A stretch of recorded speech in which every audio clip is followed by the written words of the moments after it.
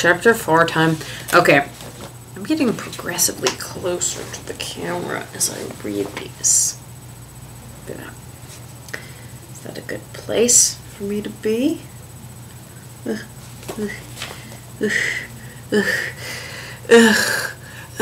Control this wild mess. Control this wild mess. Okay. Chapter 4. Chapter 4. My mouth opened automatically. The spoon descended, and a hot, but not burning, swallow poured in. Mandy had gotten the carrots at their sweetest, carrotiest best. Weaving in and out of the carrots were other flavors, lemon, turtle broth, and a spice I couldn't name. The best carrot soup in the world, magical soup that nobody but Mandy could make. The rug. The soup. This was fairy soup. Mandy was a fairy. But if Mandy was a fairy, why was Mother dead? You're not a fairy. Why not? If you were, you would have saved her. Oh, sweetie, I would have if I could. If she'd left the hair in my curing soup, she'd be well today. You knew? Why did you let her? I didn't know till she was too sick. We can't stop dying. I collapsed on the stool next to the stove, sobbing so hard I couldn't catch my breath.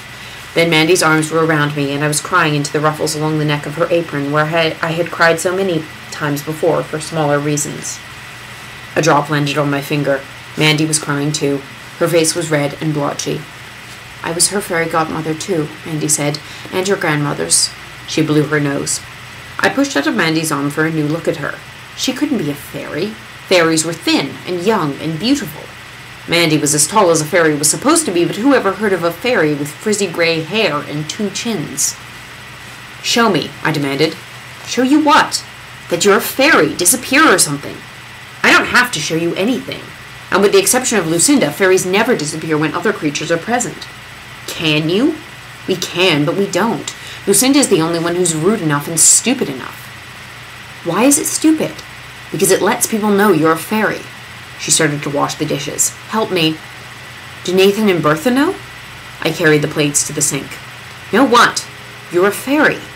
Oh, that again. Nobody knows but you, and you'd better keep it a secret. Mandy looked her fiercest. Why? She just scowled. I will, I promise, but why? I'll tell you. People only like the idea of fairies. When they bump up against a particular real as corn fairy, there's always trouble. She rinsed a platter. You dry. Why? Because the dishes are wet, that's why. She saw my surprised face. Oh, why is there trouble? 2 reasons, mostly. People know we can do magic, so they want us to solve their problems for them. When we don't, they get mad.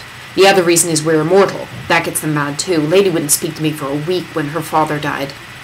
Why doesn't Lucinda care if people know she's a fairy? She likes them to know, the fool. She wants them to thank her when she gives them one of her awful gifts. Are they always awful?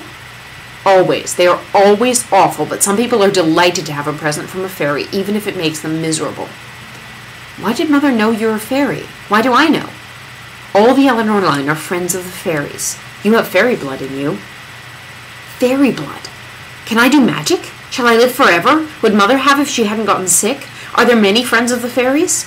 Very few. You're the only one left in Curia. And no, love, you can't do magic or live forever. It's just a drop of fairy blood. But there's one way it's already started to show. Your feet haven't grown for a few years, I'll warrant. None of me has grown for a few years. The rest of you will soon enough, but you'll have fairy feet like your mother did. Mandy lifted the hems of her skirt and 5 petticoats to reveal feet that were no longer than mine. We're too tall for our feet. It's the only thing we can't change by magic. Our men stuff their shoes so no one can tell, and we ladies hide them under our skirts. I stuck a foot out of my gown. Tiny feet were fashionable, but would they make me even clumsier as I grew taller? Would I be able to keep my balance? Could you make my feet grow if you wanted to? Or, I searched for another miracle. Rain pelted the window. Or could you stop the rain? Mandy nodded. Do it, please do it. Why would I want to? For me, I want to see magic, big magic. We don't do big magic. Lucinda's the only one. It's too dangerous. What's dangerous about ending a storm? Maybe nothing, maybe something. Use your imagination. Clear skies would be good. People could go outside. Use your imagination, Mandy repeated. I thought. The grass needs rain. The crops need rain. More, Mandy said. Maybe a bandit was going to rob someone and he isn't because of the weather. That's right. Or maybe I'd start a drought, and I'd have to fix that because I started it. And then maybe the rain I sent would knock down a branch and smash in the roof of a house, and I'd have to fix that too. That wouldn't be your fault. The owner should have built a stronger roof. Maybe, maybe not. Or maybe I'd cause a flood and people would be killed. That's the problem with big magic. I only do little magic. Good cooking, my curing soup, my tonic. When Lucinda cast the spell on me, was that big magic? Of course it was, the numbskull. Mandy scoured a pot so hard it clattered and banged against the copper sink. Tell me how to break the spell, please, Mandy. I don't know how. I only know it can be done. If I told Lucinda how terrible it is, would she lift the spell, do you think? I doubt it, but maybe. Then again, she might take away one spell and give you another even worse. The trouble with Lucinda is ideas pop into her head and then they come out as spells. What does she look like? Not like the rest of us, but you better hope you never lay eyes on her. Where does she live? I asked. If I could find her, maybe I could persuade her to lift my curse. After all, Mandy could be wrong. We're not on speaking terms. I don't keep track of the whereabouts of Lucinda the idiot. Watch that bowl! The order came too late. I got the broom. Are all friends clumsy? No, sweet. Fairy blood does not make you clumsy. That's human. You don't see me dropping plates, do you? I started to sweep, but it wasn't necessary. The pieces of pottery gathered themselves together and flew into the trash bin. I couldn't believe it. That's about all I do, honey. Small magic that can't hurt anybody. Handy sometimes, though. No sharp bits left on the floor. I stared into the bin. The shards lay there. Why didn't you turn it back into a bowl? The magic's too big. Doesn't seem like it, but it is. Could hurt someone, you never know. You mean fairies can't see into the future? If you could, you'd know, wouldn't you? We can't see into the future any more than you can. Only gnomes can, a few of them anyway. A bell tinkled somewhere in the house, Father calling one of the servants. Mother never used the bell. Were you my great-grandmother's fairy godmother too? 1,000 questions flooded in. How long have you been our fairy godmother? How old was Mandy, really? Bertha came in. Sir Peter wants you in the study, miss. What does he want? I asked. He didn't say. She twisted one of her braids anxiously. Bertha was scared of everything. What was there to be afraid of? My father wanted to talk to me. It was only to be expected. I finished drying a plate, dried another, then a third. Best not tarry, little mistress, Bertha said. I reached for a fourth dish. You'd better go, Mandy said, and he won't want to see that apron. Mandy was frightened too. I took off the apron and left. I stopped just within the doorway of the study. Father sat in Mother's chair, examining something in his lap. Ah, there you are. He looked up. Come closer, Ella. I glared at him, resenting the order. Then I took one step forward.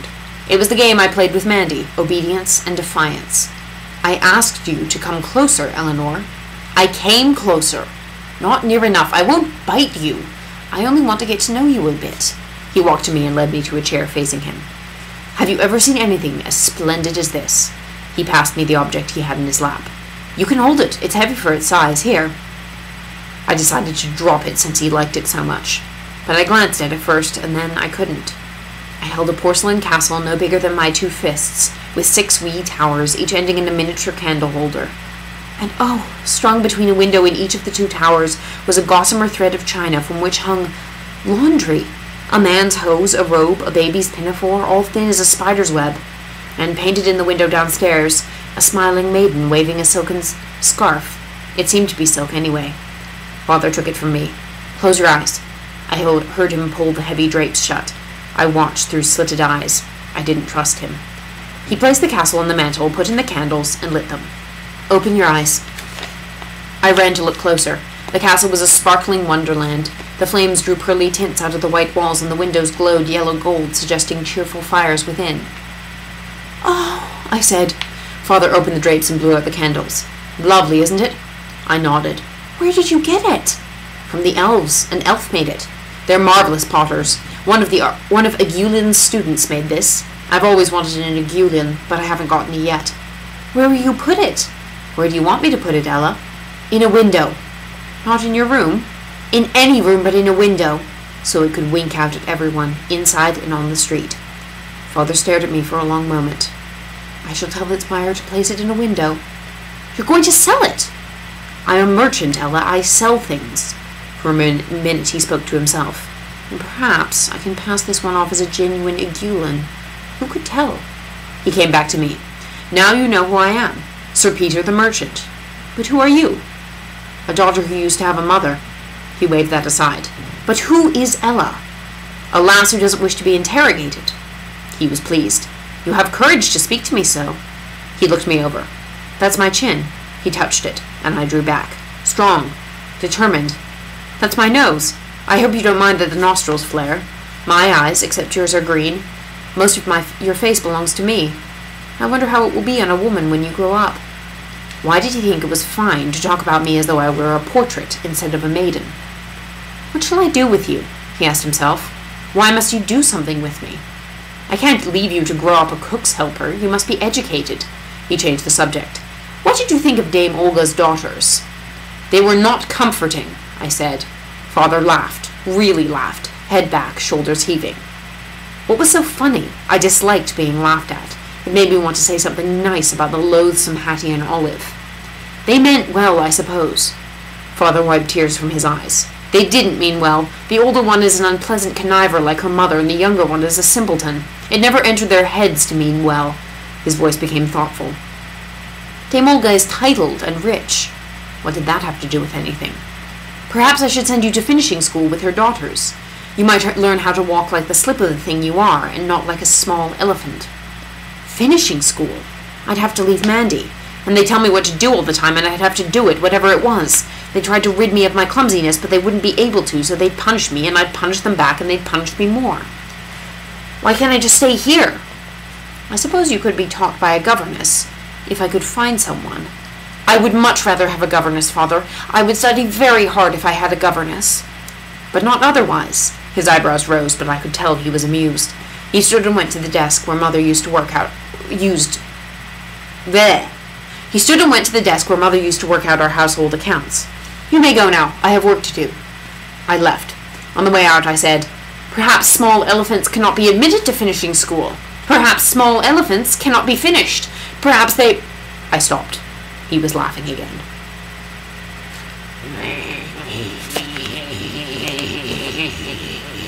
Okay. That is the end of what chapter was that? That was chapter 4. So, well, I'm just racing through these today. You won't see them all today. No. I'm going to withhold them. Okay, bye-bye. Bye-bye.